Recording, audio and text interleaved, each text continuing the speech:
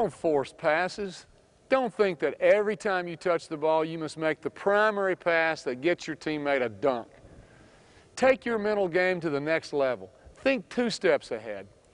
Make a pass that leads to a pass that leads to a basket. These aren't charted as stats in basketball, but they are in hockey. Hey, why aren't we charting the secondary assist in basketball?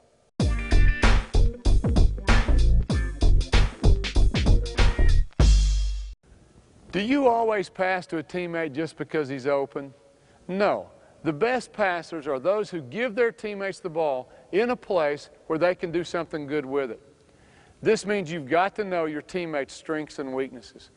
As an example, if your teammate's not a great ball handler, don't feed him the ball on a fast break too soon where he has to put the ball on the floor to finish. Give it to him a split second later where he can just catch, step, and lay it up.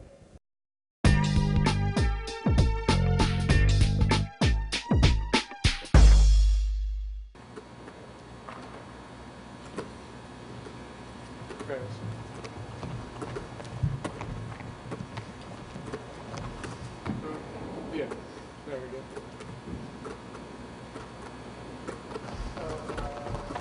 Switch. Give me a little bit. Just give a little rhythm back.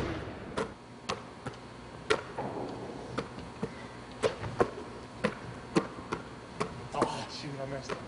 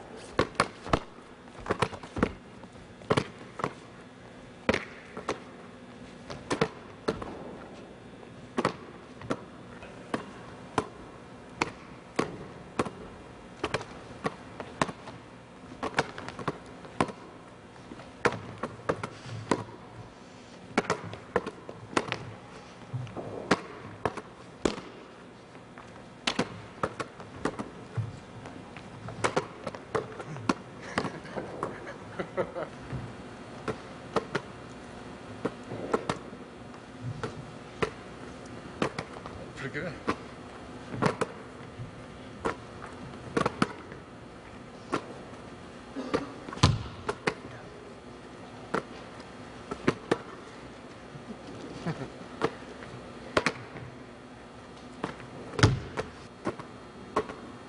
Switch.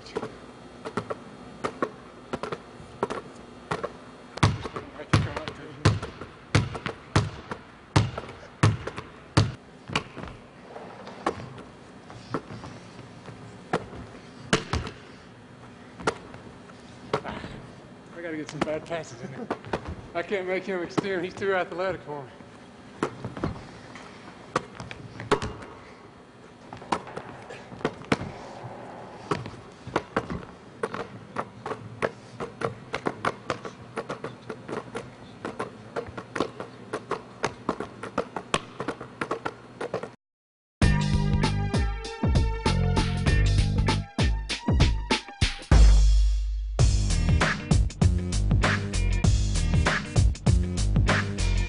You know, I try to visualize, like before I go to sleep, I'll lay in bed, and right as far as I'm about to go to sleep, I'll picture the game from tip-off.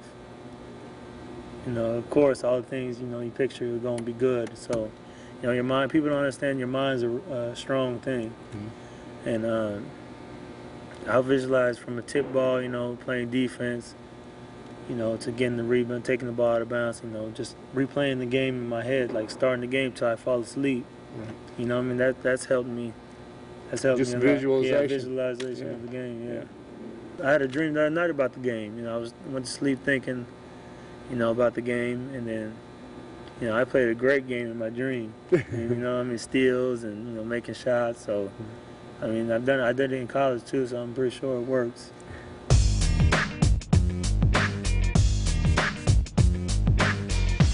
I'll eat when I get home from shoot around. Sometimes I'll take naps. If I'm on the road, I'll take a nap. If I'm at home, I usually play video games or play a game of cards or something just to relax me. Spend some time with my kid. Take my kids to the game and just that's it really. But on the road, I like to get a nap.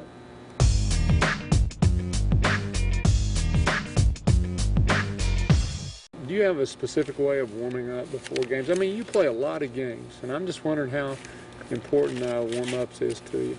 I really don't come out and shoot. I used to shoot before games, and I shot. One time in college, I made 300 shots before a game and shot 1 for 10.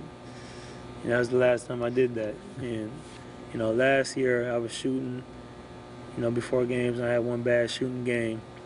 And I tried, after that I stopped coming out before the game to shoot because, I don't like shooting so many shots in the day of a game. We have shoot around early in the morning. I'll shoot that shots, but I don't really like to come shoot shots until we're doing layup line.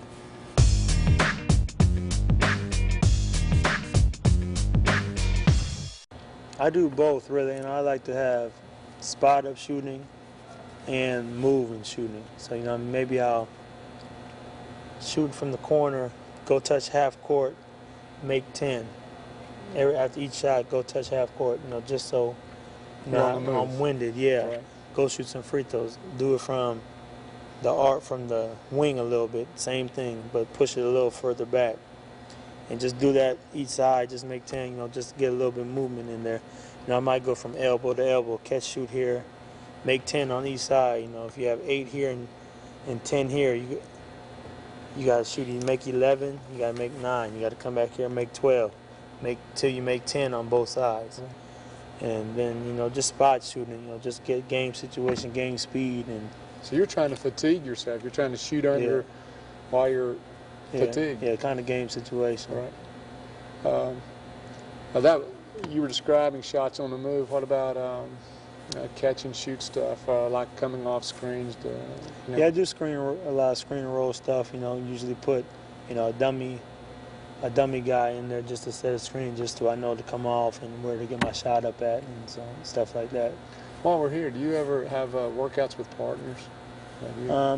If somebody, somebody's around, like maybe a semi-pro or college player, even high school player that needs some work, I'll let them fill in behind me, just do what I do and give me a little bit of rest too at the same time. So follow the leader. Yeah. Right?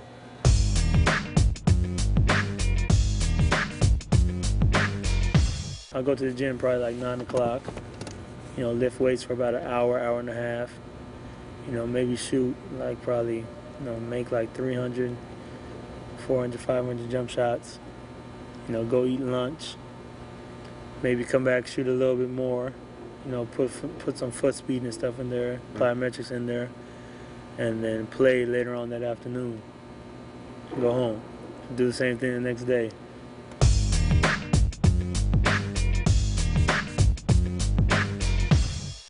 I told you my typical day, and I like to work out, lift weights in the morning first, so that you could shoot the weights out. A lot of people, will go lift, and then maybe go to a game or something and wonder why the shot's off. I like to lift weights, shoot, and then play later. Just so my shot's back to normal. So I'll take probably. Now, there was times when I was shooting probably like 750. I make like 750 shots a day, or a little bit more. 800. 850. And I mean, it keeps adding up. You just add all the shots up. Shoot maybe 50 from here. 50 from 5 spots. That's 250, and 50 from. It just all adds up. So right. It goes by quick when you got a lot of rebounders. You gotta get out a lot of rebounders. Right. I just don't think that's being done out there as much as it used to. I've been seeing shooting percentages go down year after year. And I'm gonna tell you, it's a lot harder to guard somebody that could shoot than to somebody that could just dribble. Because if you could dribble and shoot,